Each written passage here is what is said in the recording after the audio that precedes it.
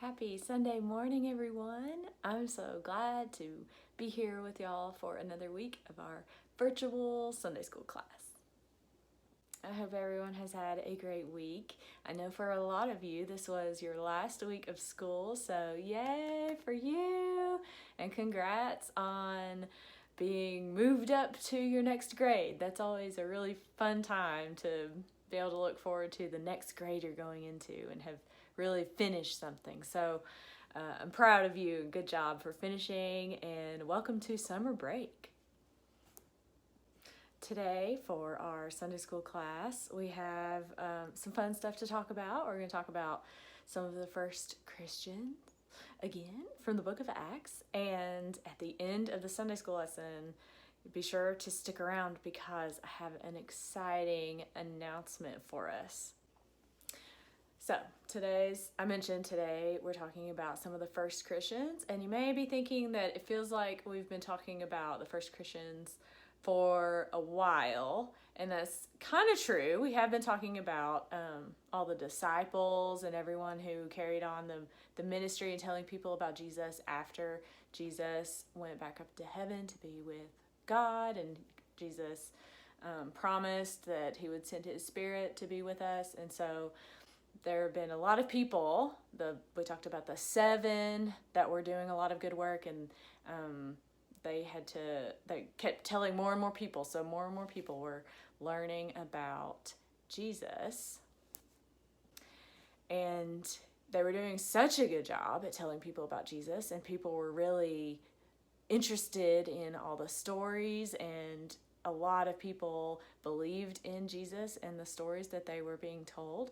And so for a while, these people weren't actually called Christians yet. And so today's story, we're talking about the people who are first called Christians, which is how we refer to ourselves today if we believe in Jesus. So our story is from the book of Acts. And as always, I have our handy dandy Bible storybook, and I'm going to read us our Bible story. I'll show you the pictures first. So we have the first called Christians. That's what the title is up here. And you can see the disciples of Jesus telling all the people about the stories of Jesus and about believing in Jesus. So we're going to read our story together. First called Christians. This is from Acts chapter 11, verses 19 through 30. There was trouble for the first people who believed in Jesus. They were not liked. Even though there was trouble, the good news about Jesus could not be stopped. Soon, many people everywhere believed in Jesus. A lot of believers in Jesus lived in Jerusalem. They sent a man named Barnabas to a town called Antioch to preach and help the believers there. When Barnabas arrived at Antioch, he was very happy because so many people believed in Jesus. Barnabas decided that he needed help in Antioch, so he went to get his friend Paul. Paul joined Barnabas and the other believers in Antioch. It was the town of Antioch that the first believers of Jesus were called Christians. Wow. So our craft for today, we reference the secret belief and faith that the first Christians had, and we're going to make a craft of the Christian symbol of the fish. So here is the shape of the fish, and does this look familiar to some of you? Maybe all of you? We talked about this, I think, a couple weeks ago too. This simple shape was used by the earliest Christians as like a secret symbol that they could write on walls or doorposts where they were going to meet, or they would draw it in the sand maybe when they would meet another person that they thought was a Christian, and it was kind of like a secret password or a secret code, like you're a Christian and I'm a Christian and we both know that, so we're safe. And if someone didn't understand the code, then they would obviously not be a Christian, and so that was like the secret password that they would have. And today you still see this fish a lot. So I think a couple weeks ago I named off some things you might see this fish on, but if you think it's familiar to you, if you have seen this somewhere, just go ahead and take a second and shout it out. Where have you seen this before?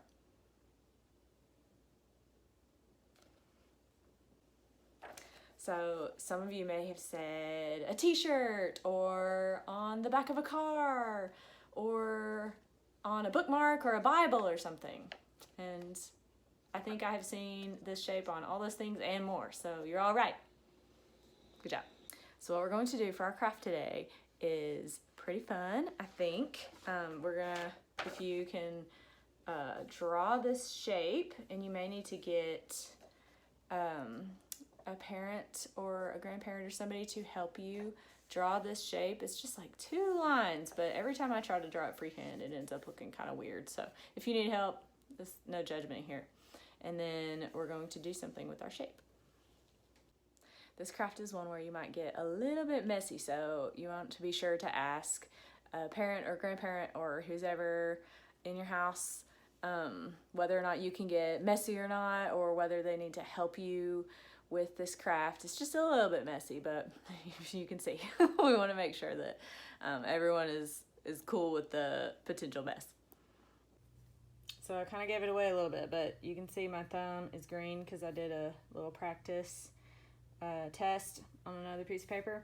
So what you're going to do is, after you draw your shape out, you're going to use some magic marker or an ink pad if you have some fancy ink pads on hand, but I just use magic marker. And you're going to color some colors on your fingertips over your fingerprints, and then you're going to press them down on your paper to put fingerprints all over your fish like fish scales. So I'll do some examples. Okay, so I have my magic marker, and I'm going to color on the tip of my finger like so, and get it all good and covered, and then I'm going to press it really quickly onto my paper. So let's see.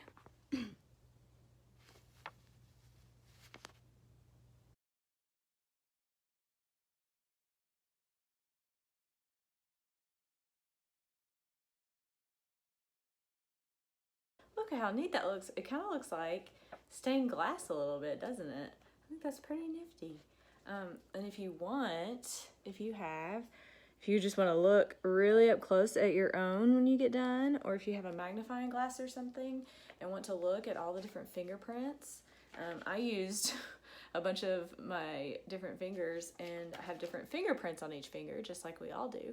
And so you can look at the different fingerprints on your fish and think about how as Christians, we're all different, right? Even in our families, you're different than maybe if you have a brother or sister or cousin, and they're different from your mom or dad or your grandma or your grandpa. We're all just completely different people, and our fingerprints can remind us of that. We're all unique and special in our own way, and we all have this thing in common. If we're Christians, then we believe in Jesus. And that's pretty cool, I think, to think about how we believe in Jesus, just like the very first Christians did. That they were around like 2,000 years ago, and they believed in Jesus, and people 500 years ago believed in Jesus, and now we believe in Jesus. That's something that we have in common with people who lived so long before us. I just think that is really cool that we all share this faith over so much time. So let's say our prayer together while we look at our fingerprint fish, and think about all the Christians over so many years who have shared their faith again and again and again, and then the people who shared their faith with us so that we could also be Christians. Let's pray. Dear God, thank you for believers who help each other. Amen. Okay, so I promised y'all an exciting announcement, and here it is.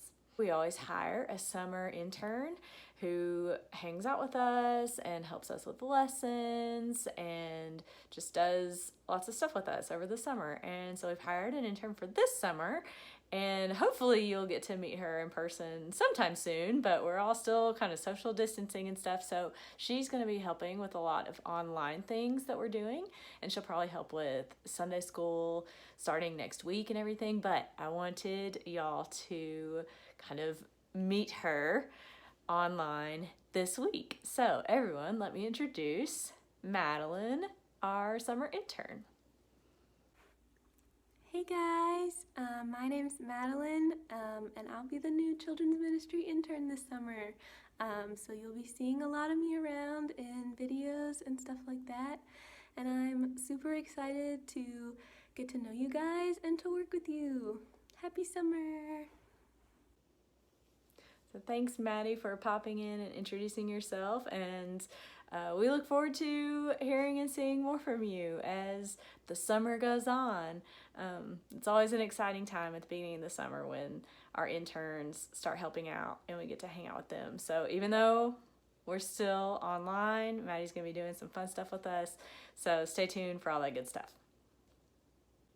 I hope y'all join us later for online worship. Today's service is really special for a lot of reasons, but one that is near and dear to my heart is that we're celebrating some of the people who just moved up to youth last year. 6th and 7th graders have been in, or maybe it's just 6th graders, but they've been in a confirmation class all together, and that's something that you get to do when you are kind of in middle school. And you learn more about church history and all that kind of stuff, the history of Methodism and your faith, and you kind of own your faith for yourself. And Tim, who leads that class, can explain it much better than I can. But it is really special. It's a special thing you get to do, and then at the end there's a special kind of ceremony, and we congratulate all of them for having completed this. So anyway, that is going to be a part of today's service, and that's something that you guys all get to look forward to when you get to be middle school age. So I really hope that you tune in to support all they're called confirmands, all the people who completed this confirmation class. You can support them and see them and look forward to when you get to do that when you're in middle school. I hope that y'all have a great next week, this coming week. It's probably for most of you, if not all of you, the very first week of your summer break, and it may look a little different than summer breaks in years past. We may not be able to see our friends as much as we like, or do all the things that we would like to do out of the house or out and about in the world, but it's still summer break, and you still completed a grade, and you get this time off. So I hope that you enjoy it, and I will see you next week for online Sunday school. Bye.